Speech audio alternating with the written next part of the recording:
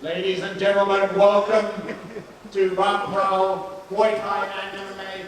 My name is Mark Out, I'll be the MC today, and it's an absolute honor to be back here. I was here for the opening almost 2 years ago. It's amazing seeing how this place has grown, producing world champions and having legends like George Rush and Pierre coming to visit.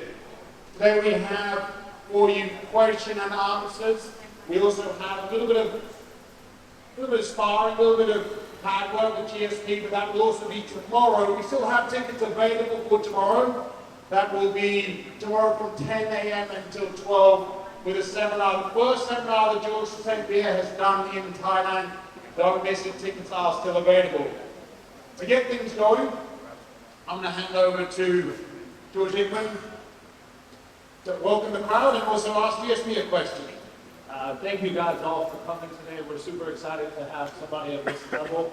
And again, like Mark said, don't forget, we have tickets available for the seminar tomorrow. So make sure that if you haven't already got a ticket, go in there and get one for the seminar. But I would say my first question would be, after having such a illustrious career, you could say, what would be your advice to younger up-and-coming fighters to find the most success? Good question. First, thank you. I'm thrilled to be here, guys. Montreal is minus 20 degrees now with a lot of snow, so God damn, it feels good to be here right now. My advice for young up-and-coming fighters. I would say first, close your eyes and ask yourself really if it's what you want to do. Not if it's what your parent, your coach, or your friend want to do. If it's truly what you want to do. Because it's not an easy path. This is the first step. Once you figure that out, if it's really what you want to do with your life, then the second step would be to start looking in your entourage. In your entourage, you're going to have a lot of negative people. You have to either eliminate them because they're going to hold you back, or you use that as a motivation to prove them wrong. That's what I did. So that's the second step. Because every time you have a goal and you talk about your goal, a lot of people in your entourage will say, it's never going to happen. You're never going to be able to do it because they're not going to believe in you. They're not going to believe that you're going to be able to put in the work to reach your goal. So that's the second step. The third step, there's no way around it, hard work. You cannot accomplish anything without hard work. That's very important. Then the fourth step, I would say, is to always, as you keep going and you get more successful and you work hard and you work smart, to always continue investing on yourself to be more competent. And I will explain that to you. It's hard to be champion, but when it's hard to become champion, but when you're champion, to stay champion, it's even harder because you become the target.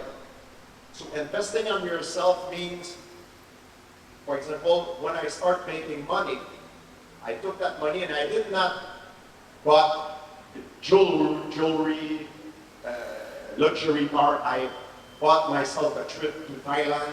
I'm training with the best Muay Thai fighter. I bought myself a trip to Brazil to learn Jiu-Jitsu, to make myself more competent. I was not afraid to get out of my comfort zone in order to invest on myself. This, I would say, is the fourth step. And the last step, once you made it, it could be like, it sounds like a cliche, but I would say it's to give back. I'm not saying that because I'm a nice guy or trying to be a nice guy. When you give back to people you care about, it gives you a certain motivation beyond you can even imagine. And it helps you to, and motivate you to do even more. So, first step, figure out if it's truly what you want to do. Second step, eliminate the negative. Third one, work hard. Fourth, invest on yourself. And the fifth one, give back. That's my advice for a young up-and-coming fighter. Thank you very much. Thank you very much. So, speaking of working hard and investing and giving back, let's speak to another one of our owners who has done exactly that, investing, giving back. Alex Shield, over to you. Yeah, first of all, welcome to the dinner. Thank you so much. Big honor to have you here with us. My question is about, mixed martial arts, MMA, originally had moved from Cali Judo, normal bars. It was moved by limited rules and no gloves, and obviously as we progressed, people had gloves and had rule sets, and it's really brought this fighting into sport, the mainstream, ESPN, and you can have a business, and but recently, in the past years, bare knuckle boxing, and even more recently, bare knuckle MMA is very popular. What's your opinions on bare knuckle MMA, and do you feel that it's hurting MMA becoming mainstream, or do you feel this goes back to the roots of what a fight is, and would you ever fight bare knuckle MMA? First, I will eliminate one of your questions right away. No, I'm not gonna compete in bare knuckle and MMA. But it's a different form of entertainment, and then recently I didn't know they had bare knuckle MMA. I know there's bare knuckle boxing. I mean, it's a different form of entertainment. It's like MMA. It's not a form of entertainment for everybody. I mean, it's a very violent sport, like golf or NASCAR, hockey. Some people like different things. My opinion is that I think everybody has the right to do whatever they want as long as they're happy. You know. Can I follow up? If you could go back in time to the beginning of your career, and they had bare knuckle available back then, and you had the two paths to take, one was bare knuckle, one was regular MMA, would you have done bare knuckle or stuck to regular MMA? Maybe back in like 2003, 2004, when you were coming back to fight Matt Hughes again. I always thought that the goal of, the true purpose of mixed martial art is to find out who's the best fighter. And the more we add rules, the more a fighter can use the rules and play with it to turn that to his advantage. Therefore, and I know the rules are there for a security purpose, and I think it's important. But if you look at ancient Greek, it was very different. It used to be called pancration. First, they were fighting naked. I don't know if people know that, but it's a fact. They were allowed to almost do it, almost everything. It was crazy. No body gouging, but like, I think even the Spartan has their own version of pancration that allowed that. I think that there should be some rules like eye gouging, stuff like that, but the fact that now there is rounds, and you know, just look at, for example, the headbutts. Used to be a fighter, I'm a huge fan of him, he influenced me a lot. His name was Mark Coleman. He put guys down and used his headbutt. It was called the hammer for a reason. The moment they changed that rules and they forbid headbutt, it changes the entire game. It changes everything.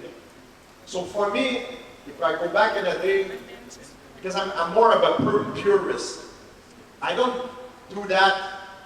I didn't do that for my first reason why I did that, my motivation was not to be popular. I did that because I wanted to be the best fighter. I was more of a purist.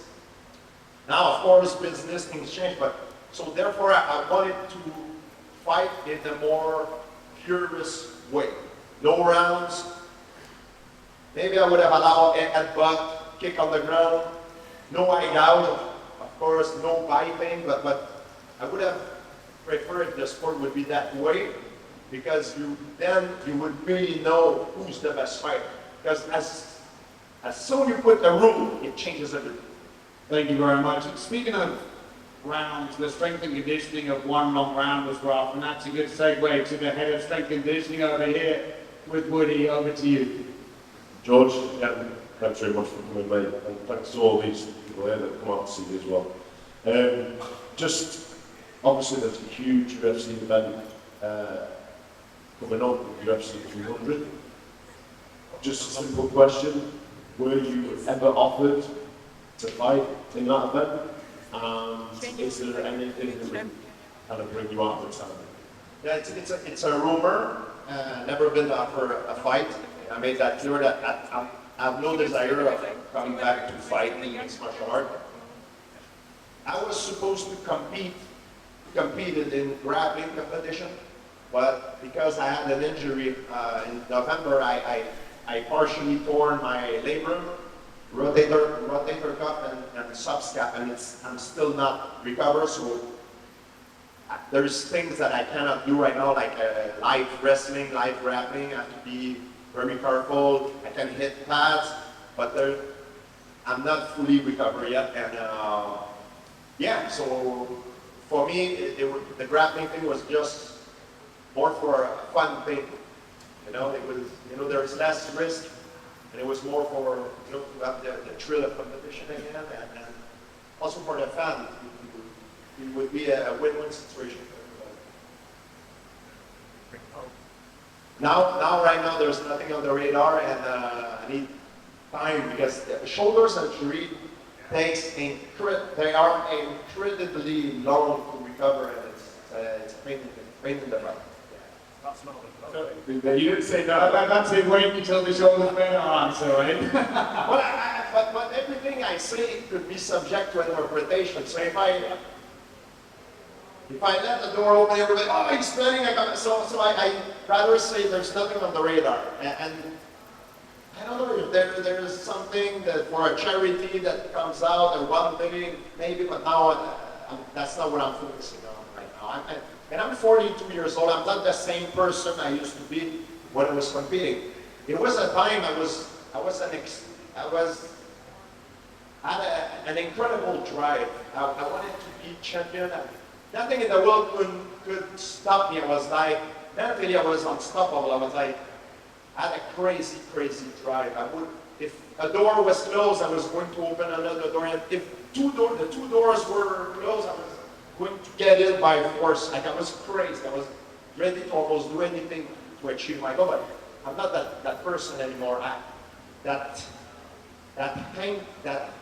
hunger is gone. And when that hunger is gone, I think it's a sign that we need to retire.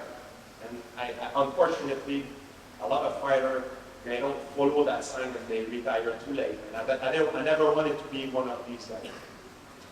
That's a very good point. One of the great all-time here. Know when it's time to hang them up and look after your injuries. Next up on the panel, we have the manager, Bangkok, Muay Thai, and MMA. Here will Elliot with a question. George, can you give some tips for fighters that have a competition coming up? How do you handle nerves and stay calm when they're about to get back? How do I handle the nerves? First, if I can tell you what I think on that is, first, I think I was champion, and at the time I was the best, not because I was the strongest, the fastest, or the most skilled, the best striker, or the best. I was not.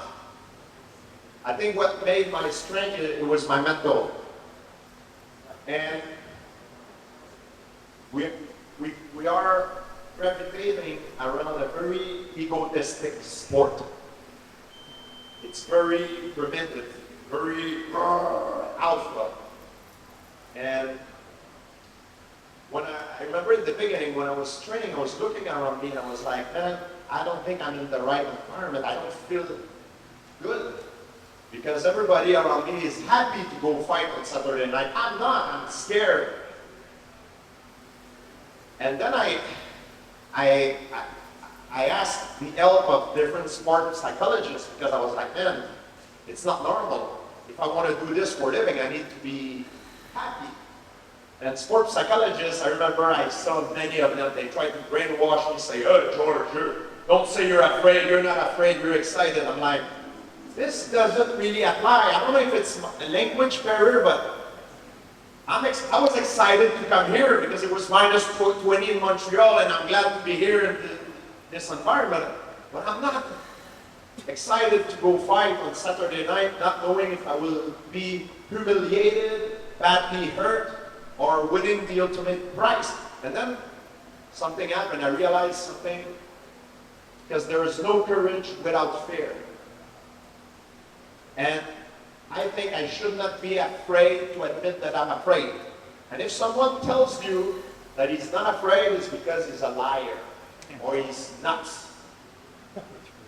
If something is important for you and you care, especially in combat sport, it's normal to be afraid. But the nature of our sport makes it hide it. And I'm no different. If you see me walk towards the octagon, I walk like I'm giving the impression that for me it's impossible to fail. And I'm excited to be there. And I can't wait to find out how I'm going to win and kick his ass. But deep down inside, I'm like, God damn, oh! This is normal. So I use what is called James Lange theory. James Lange is a philosopher during the Renaissance, and there's many things that you can read about him. He says that your mental can affect your physical. It's true. I'm thirsty, then physically I'm gonna grab a drink.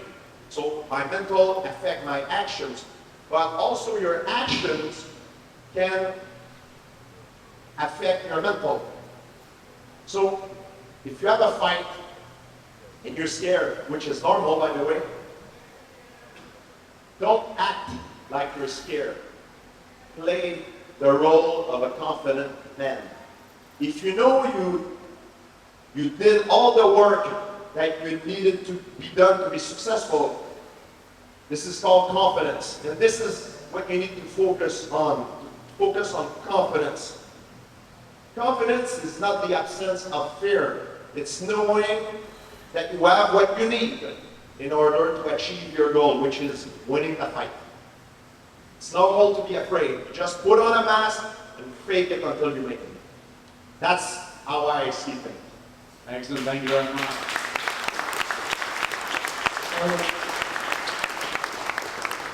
We're now going to hand over a few questions for the media. It's like one question each, if that's okay. I'll bring the mic to you, and then after that we're going to go to the crowd. Remember, just a quick reminder, we're going to have a photo of Pierre at 11:45, okay, after the Q&A session. And that's just going to be quick photos. Any meet and greet and signing is going to be done at the end. I just wanted to sort of remind everyone about that. As we get a microphone taken over, thank you very much, to the Tiger. All right, hey guys. Thank you, Mark, for emceeing. Thank you, Barntown, for hosting this. And guys, let's give it up one more time. We're in the presence of greatness with the living legend, George St. Pierre, everyone. I got one question for you, George. Now, MMA has seen a meteoric rise in popularity over the last 30 years, and you had a major role in bringing the sport to the forefront. However, Muay Thai has struggled to earn its place amongst more popular combat sports despite the near constant, electrifying pace that Muay Thai practitioners bring to the stage every single time. So, what do you think the future of Muay Thai looks like internationally? How can promotions do more to bring this sport into the spotlight? I think what makes a fight more attractive, it's not only a question of skills. Whether it's in Muay Thai, martial art, judo, jiu-jitsu, I think it's a question of emotion. And fights are promoted on emotion. And a lot of people could disagree with me because they are purists. The reason why they watch a fight is to find out really who's the best fighter. But most of people, they don't watch a fight for the same reason as us. They watch a fight because, oh, this guy said this and he did this to him, so they want to see what's going to happen. This is the truth, ladies and gentlemen. And I found out through my career that it's true. So that's why you see a lot of fighters nowadays promoting themselves a little bit like a caricature. If they are mad, they act like they are more mad. If they are happy, they act like they are more happy. If they want to be arrogant, they are more arrogant. Because I think it's the Conor McGregor effect. And Conor did a lot of great things for the sport because he brought the attention to a level that was never done before. However, I believe if you want to be attractive to an audience, like, you need to stay authentic to who you are, because if you're not, it shows. Conor was great at what he did because he's authentic, but there's a lot of people that are not authentic, and it doesn't look good. I think in Muay Thai, I love watch Muay Thai, but for the big audience, maybe it misses a little bit of charisma in terms of emotional content. And I think that's one of the things they should maybe focus on, more on what the relation between the two opponents and why they're gonna fight and what happened, who said that, and who said what, and this. I know it sounds crazy for some people, but I think that's how you promote a fight. Excellent, thank you very much. We're going to run the microphone over to another member of the media, Korean John. While they're doing that, I think Alex has another question. So we'll bounce back and forth. So Alex, shoot. UFC Featherweight Champion Alpha Coffee. He's a good friend of ours, national partner of the district. And, he was in the rankings for, best pound for pound. And last year he took a big risk and he moved up with Almakachev in the first fight and really showed what this pound for pound rankings means. Fought one of the most feared guys in MMA at the moment. And had a really great performance. And he decided to fill in on short notice for the second fight. Number one, you watched the first fight and the second fight. What was your opinion on, he had such a great showing and coming in short notice for the second fight? Obviously he was putting, there's a lot to do, right? What was your opinion on that, on going into the second fight on short notice, and on his overall performance facing his Almakachev in the fight? Yeah, first, I'm a huge fan of Alex Volkanovski, one of my favorite fighters to watch. He's incredible. He's good everywhere. And I watched his first fight and second fight against Makachev. And what people don't realize is it's like fighting in a way, it's different, but it's also similar to any other sport. What I mean by that is if you watch a football game, soccer, or I guess more people are familiar with soccer here, football, right? So if you watch any sport, the team that wins, it's not always the best team. The best team don't always win, because otherwise it will be boring. You'll watch it on paper and you'll be like, you'll make an analysis and you'll be, oh, this team will win. But that's not what happened all the times. The odds will favor a certain team. But the team that wins is the team that played the best the night of the game. Same thing in fighting. The fighter that will win the fight that night is not always the best fighter, is the fighter that will fight the best the night of the fight. So, I'm not making any excuses or anything. This is just how things happen sometimes. In our sport, sometimes you zig when you should have zagged and pow! It's too late. You just lost. It sucked. But it's also what makes the sport beautiful, in a way. Because otherwise it would be boring if we always would know who would win, right? Awesome, thank you very much. You know, I'm incredibly biased about I love walking on ski. I'm going to have to stay out now, man. I love walking on ski. Next member of the media, we've got Phuket News. Korean John, and then we're going to go to Phuket News. Korean John. All right, so I got a two-part question.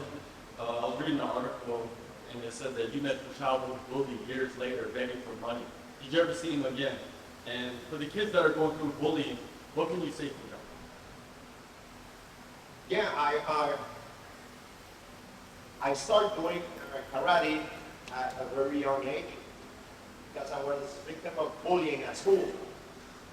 So every week I was getting beat up at school, and I was a kid that grew up with a lot of anger, and I didn't have a lot of friends, and my parents saw that I was taking I was going on a very bad path. So they decided my dad started to teach me, but he was very busy working. We didn't have a lot of money, and I have two younger sisters, so my dad decided to send me to a karate school. Because my dad is a black belt as well, but he sent me to a karate school of a guy that he used to train with before, who was very hardcore. His name is Jean Couture. He's dead now. And yeah, he had an incredible influence on me, and I think that is helped me get out of bullying. And I did not get rid of bullying because I beat up all my bullies. That's not how it happened. I get rid of bullying because I remember I wanted to change my environment when I was a kid. I was looking at myself in the mirror, and I did not like what I was seeing, but I fall in love with who I could become. And I had a dream. I didn't know what I wanted to do at the time because MMA did not exist, but I had a dream of becoming someone different. And the way to get there for me was through martial art, through karate. So it helps me gain confidence to carry myself differently. I used to be like this, very shy.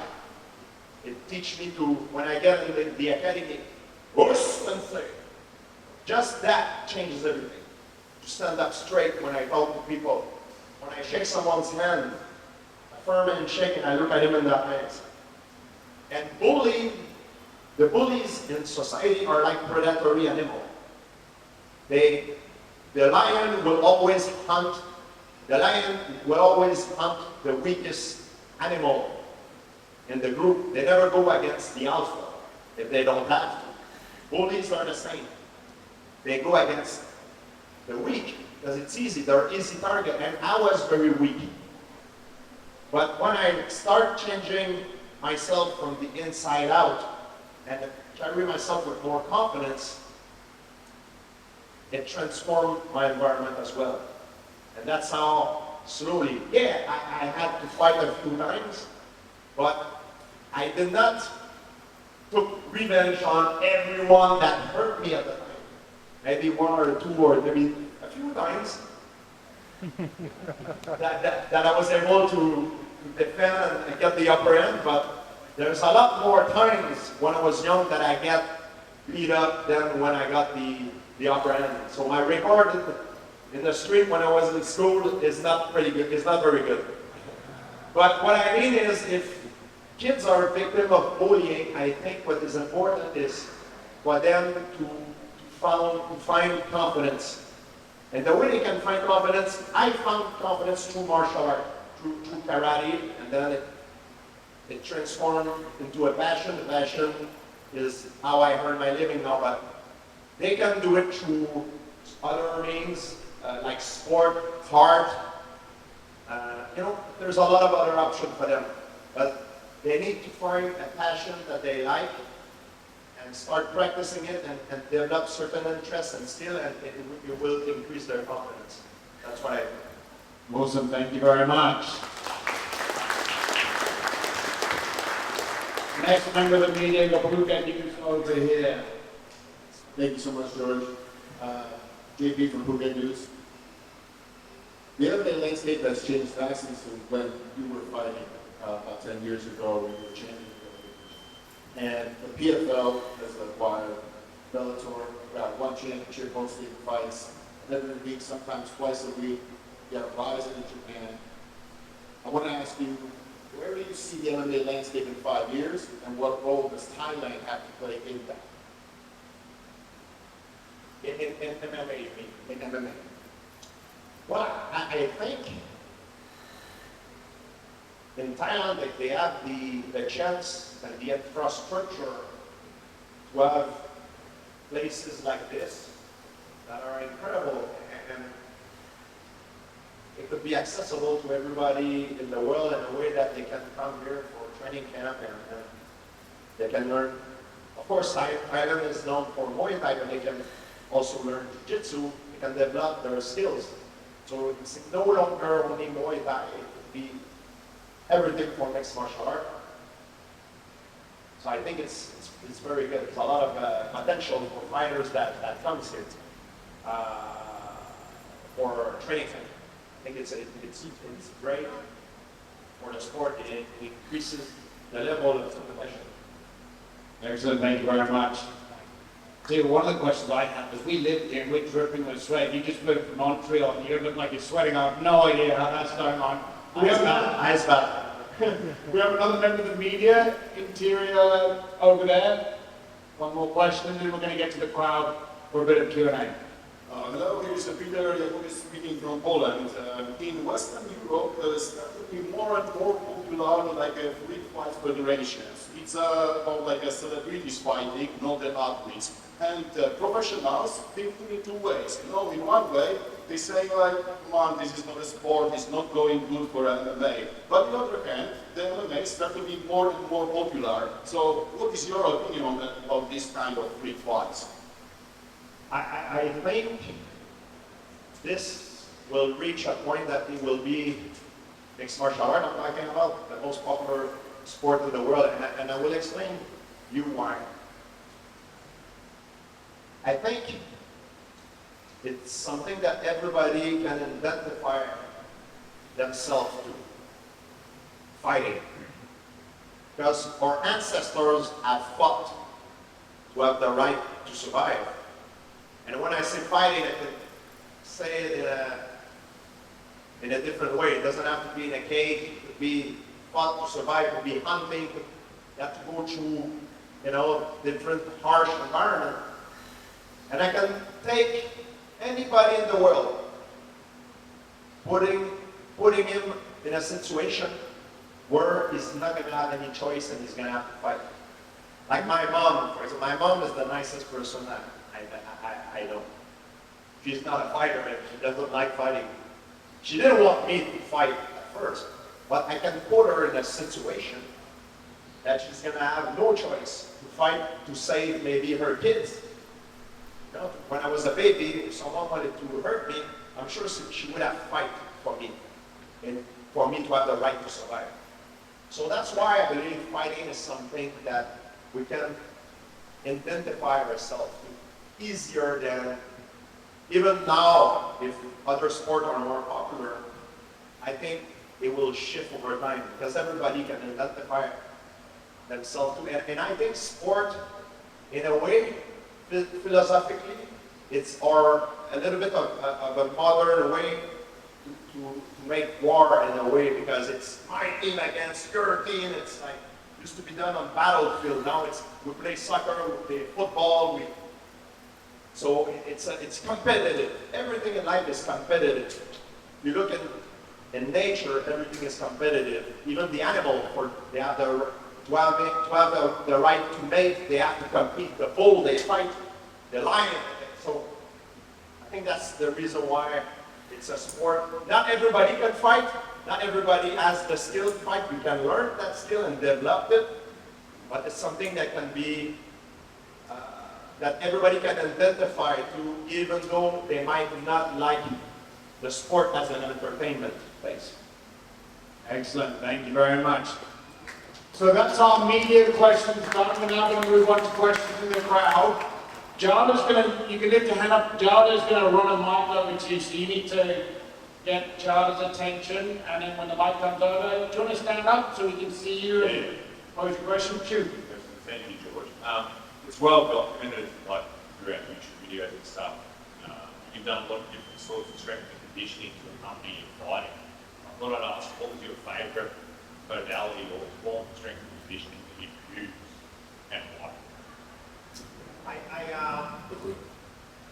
I made a lot of mistakes in my life, and I used to, when I was younger, I didn't have the knowledge that I have now, when I used to go in the gym with my friend, it was to prove myself who can bench press and squat heavier. And I did all that sort of crazy things, and sometimes I got hurt. Now I regret it. If I could change things, I would have done differently. I would have perhaps go for a sort of kinesthetic, gymnastic, track and field sort of training. And that doesn't mean is the best way to train. I'm just saying that's how I feel is the best thing for me. Awesome, thank you very much. Again, get Jada's attention, she'll bring the mic over. Please stand up, thank you. Bienvenue, Georges, merci beaucoup. I have a question for you regarding injuries in general. When we are reaching on training camp and we want to train hard, personally and also my team usually have this mindset of we need to be easy because we get injured. And sometimes I'm feeling I'm not going strong enough because I'm scared to be injured, but at the same time I want to push myself. So what is your recommendation to the mindset to do good performance versus not being injured? It's a good question, very good question. And for the guys that are competing, it's very important that you found out about yourself to answer that question. You have to know yourself. And what I mean is, there's a perfect line of training. This line is the volume and the intensity. If you're on that line, that means you're in your prime, you're in optimal shape. However, if you're below the line, you're a little bit less. And if you're over the line, you're a little bit too much. Let me ask you, which one is worse, being over or under? Yes, being over is worse. The reason is if you're over the line, you don't recuperate well, you get hurt, and that's when all sort of problem happens. So you better be safer than sorry than be too much. And I learned it the hard way. Look, I got hurt, and I'm not even in training camp, but sometimes I forgot that I'm 42 years old, and I tried to train like when I was 25. But you have to know also, when I say to know yourself, are you someone who's lazy? Because there's a big difference between being lazy and not doing enough, and doing too much, I mean. Because I know a lot of guys, they say, oh, I'm tired, I feel I'm overtrained. They say that because they are lazy. But I know also certain people that are very hard workers. And when they tell me, hey, George, I feel I've done enough. And because I know them, I'm like, yeah, you should go home, bro. So, and the way you found out about it, that's the role of your coaches. A good coach will know his athlete and will tell him, like Freddie Roach used sometimes to send me home. Some of my trainers sometimes, Christophe, Midou, used to send me home. I used to go in the gym and be like under rest because I didn't sleep well. Because when you're overtrained, you do too much. You have your level of cortisol is spiking. You can't sleep. Your mind is running. It's like you're going crazy. You're like almost depressed. You feel like claustrophobic. And on top of that, if you go train, you increases the risk of injuries, which is worse. So this is the role of the coaches, and I'm sure they have very good coaches. And there's a lot of ways that you can find out physically if you're overtrained. There's different tests. First is the mental test. How do you feel? Are you happy? What is your mood? Are you hungry? Do you have pleasure of coming here and training? Of course, I'm not asking you if you're afraid, if you're stressed. This is normal, but do you really want to do this? How do you feel your mood? This is the first test.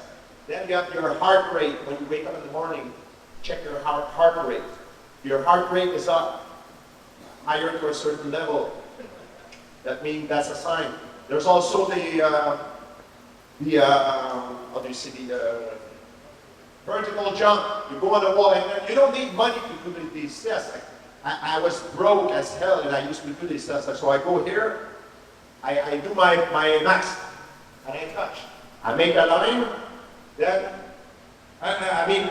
first I take the measurement, I make a line, and then I touch. And I do that in the day that I feel good, like I feel on top. And I compare this